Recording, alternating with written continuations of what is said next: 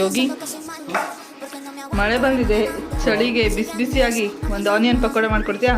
Okay, ಮಾಡ್ಕೊಡ್ತೀನಿ.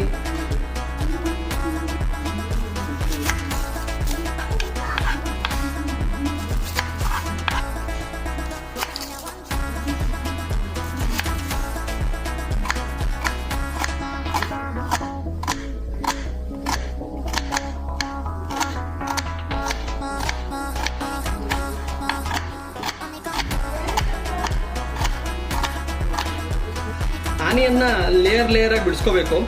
ಆಮೇಲೆ ಒಂದು ದೊಡ್ಡ ಪಾತ್ರೆಗೆ ಹಾಕೋಬೇಕು. ಸ್ವಲ್ಪ ಕಡಲೆ ಬೀಜ ಹಾಕೊಳ್ಳಿ, ಸ್ವಲ್ಪ ಕರಿಬೇವು, ಸ್ವಲ್ಪ ಚಿಲ್ಲಿ ಪೌಡರ್, ಸ್ವಲ್ಪ ಗರಂ ಮಸಾಲ, ಸ್ವಲ್ಪ ಜೀರಿಗೆ, ಕಡಲೆ ಹಿಟ್ಟು, ರುಚಿಗೆ ತಕ್ಕಷ್ಟು ಉಪ್ಪು ಮಿಕ್ಸ್ ಮಾಡ್ಕೊಳ್ಳಿ. ಸ್ವಲ್ಪ ವಾಟರ್ ಆ್ಯಡ್ ಮಾಡ್ಕೊಳ್ಳಿ.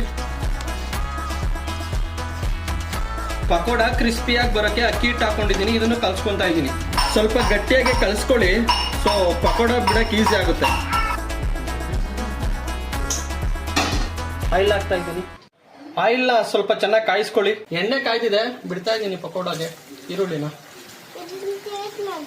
ಗೋಲ್ಡನ್ ಬ್ರೌನ್ ಆಗೋ ತನಕ ಫ್ರೈ ಮಾಡ್ಕೋಬೇಕು. ಜಾಸ್ತಿನೂ ಸೀಸ್ಕೋಬಾರ್ದು, ಚೆನ್ನಾಗಿರಲ್ಲ. ಗೋಲ್ಡನ್ ಬ್ರೌನ್ ಆಗಿದ ತಕ್ಷಣ ತಕ್ಕೊಂಡ್ಬಿಟ್ರೆ ಚೆನ್ನಾಗಿರುತ್ತೆ ತಿನ್ನಕ್ಕೆ, ಕರುಮ್ ಅಂತ. ಗೋಲ್ಡನ್ ಬ್ರೌನ್ ಆಗಿದೆ, ಇವಾಗ ತಕ್ಕೊಂಡ್ಬಿಡ್ತಾ ಇದ್ದೀನಿ.